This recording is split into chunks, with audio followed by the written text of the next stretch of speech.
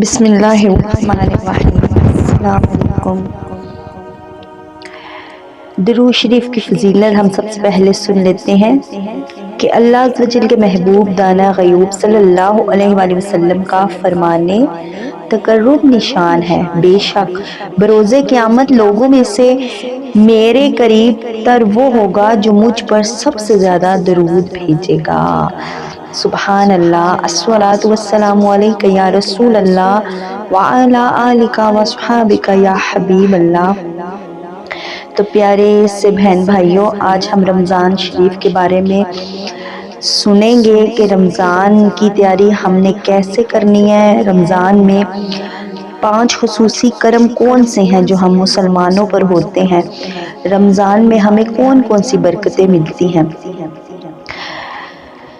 رب عز و جل کا کروڑوں احسان ہے کہ اس نے ہمیں ماہ رمضان جیسی عظیم شان نعمت سے سرفراز فرمایا۔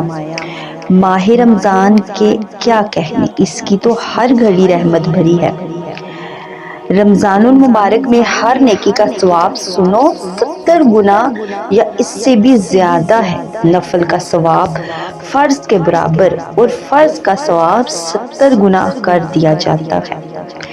عرش اٹھانے والے فرشتے روزہ داروں کی دعاؤں پر آمین کہتے ہیں، اور پیارے آقا صلی اللہ علیہ وسلم کے مطابق رمضان کے روزے دار کے لیے مچھلیاں افطار تک دعائیں مغفرت کرتی ہیں۔ سبحان اللہ۔ حضرت سیدنا ابو سعید خدری رضی اللہ تعالیٰ سے روایت ہے کہ سرکار صلی اللہ علیہ وسلم کا فرمان رحمت نشان ہے، جب ماہ رمضان کی پہلی رات آتی ہے تو آسمانوں کے دروازے کھول دیے جاتے ہیں، آخری رات تک بند نہیں ہوتے۔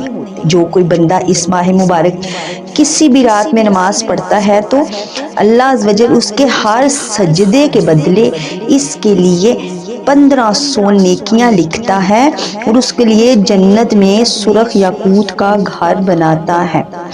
پس جو کوئی ماہ رمضان کا پہلا روزہ رکھتا ہے تو اس کے پہلے گناہ معاف کر دیے جاتے ہیں، اور اس کے لیے صبح سے شام تک 70,000 فرشتے دعائیں مغفرت کرتے رہتے ہیں۔ رات اور دن میں جب بھی وہ سجدہ کرتا ہے اس کے ہر سجدے کے بدلے اسے جنت میں ایسا درخت عطا کیا جاتا ہے کہ اس کے سائے میں گھوڑے سوار 500 تک اگر برس چلتا رہے تو چلتا رہے۔ سبحان اللہ۔ 5 خصوصی کرم۔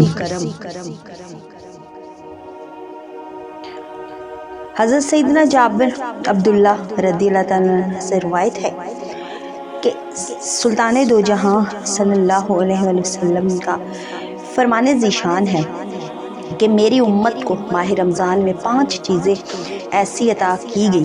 کون سی چیزیں ہیں سنیں ذرا، جو مجھ سے پہلے کسی نبی کو نہ ملی۔ نمبر 1، جب رمضان المبارک کی پہلی رات ہوتی ہے تو اللہ عز و جل ان کی طرف رحمت کی نظر فرماتا ہے۔ جس کی طرف اللہ عز و جل رحمت کی نظر فرمائے اسے کبھی بھی عذاب نہ دے گا۔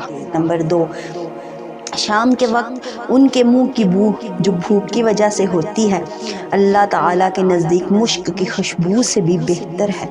نمبر 3، فرشتے ہر رات اور دن ان کے لیے مغفرت کی دعائیں کرتے ہیں۔ نمبر 4، اللہ تعالیٰ جنت کو حکم فرماتا ہے کہ میرے بندوں کے لیے تیار ہو جاؤ، ان قریب وہ دنیا کی مشقت سے میرے گھر میں کرم اور راحت پائیں گے۔ نمبر 5، کہ جب ماہ رمضان کی آخری رات آتی ہے تو اللہ عز و جل سب کی مغفرت فرماتا ہے۔ قوم میں سے ایک شخص کھڑے ہو کے عرض کی کہ یا رسول اللہ صلی اللہ علیہ وآلہ وسلم، کیا وہ لیلۃ القدر ہے؟ ارشاد فرمایا، نہیں، کیا تم نہیں دیکھتے کہ مزدور جب اپنے کاموں سے فارغ ہو جاتے ہیں تو انہیں اجرت دی جاتی ہے۔ سبحان اللہ۔ حضرت سیدنا عبداللہ بن عمر رضی اللہ تعالیٰ عنہ سے روایت ہے کہ سرکار صلی اللہ علیہ وسلم کا فرمان ہے، بے شک جنت سال کے شروع سے اگلے سال تک ماہ رمضان کے لیے سجائی جاتی ہے۔ فرمایا، رمضان شریف کے پہلے دن جنت کے درختوں کے پتوں سے بڑی بڑی آنکھوں والی حوروں پر ہوا چلتی ہے، وہ عرض کرتی ہیں، اے پروردگار، اپنے بندوں میں سے ایسے بندوں کو ہمارا شوہر بنا جن کو دیکھ کر ہماری آنکھیں ٹھنڈی ہوں، جب وہ ہمیں دیکھیں تو ان کی آنکھیں ٹھنڈی ہو۔ بے شک جنت سال کے شروع سے اگلے سال تک رمضان کے لیے سجائی جاتی ہے، یعنی عید الفطر کا چاند نظر آتے ہی اگلے رمضان کے لیے جنت سجانا شروع ہو جاتی ہے اور سال بھر تک فرشتے اسے سجاتے رہتے ہیں۔ جنت خود سجی سجائی پھر بھی زیادہ سجائی جاتی ہے، پھر سجانے والے فرشتے ہوں تو کیسے سجائی جاتی ہوگی؟ اس کی سجاوٹ ہمارے وہم و گمان میں بھی نہیں۔ یعنی مسلمان رمضان میں مسجدیں سجاتے ہیں، وہاں چونا کرتے، جھنڈیاں لگاتے، روشنی کرتے ہیں، تو ان کی اصل حدیث یہی ہے۔ سبحان اللہ۔ حضرت سیدنا عبداللہ بن مسعود سے روایت ہے کہ سرکار صلی اللہ علیہ وسلم کا فرمان ہے کہ رمضان شریف کے ہر شب آسمانوں میں صبح صادق تک ایک منادی اعلان کرتا ہے، ذرا یہ توجہ کے ساتھ سنیے گا، کہ اے بھلائی طلب کرنے والے، ارادہ پختہ کر لے اور خوش ہو جا، اور اے برائی کا ارادہ رکھنے والے، برائی سے باز آ جا۔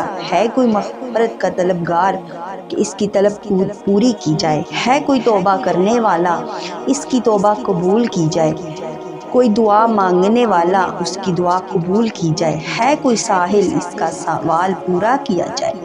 اللہ تعالیٰ رمضان المبارک کی ہر شب میں افطار کے وقت 60,000 گنہگاروں کو دوزخ کی آگ سے آزاد فرماتا ہے، اور عید کے دن سارے مہینے کے برابر گنہگاروں کی بخشش کی جاتی ہے۔ تو پیاری سی وائٹی فیملی، میرے پیارے پیارے بہن بھائی، تو آپ لوگوں نے نیت کرنی ہے کہ انشاءاللہ آپ نے ماہ رمضان کے پورے روزے رکھنے ہیں انشاءاللہ، اور زیادہ سے زیادہ رمضان میں استغفار بھی کرنی ہے، درود پاک بھی پڑھنا ہے زیادہ سے زیادہ۔ اس ماہ مبارک میں کلمہ شریف زیادہ سے زیادہ پڑھے، استغفار کرے، اللہ تعالیٰ کو راضی کرے، تاکہ اللہ تعالیٰ ہمیں جنت میں داخل کر دے اور جہنم سے ہمیں مغفرت عطا فرمائے۔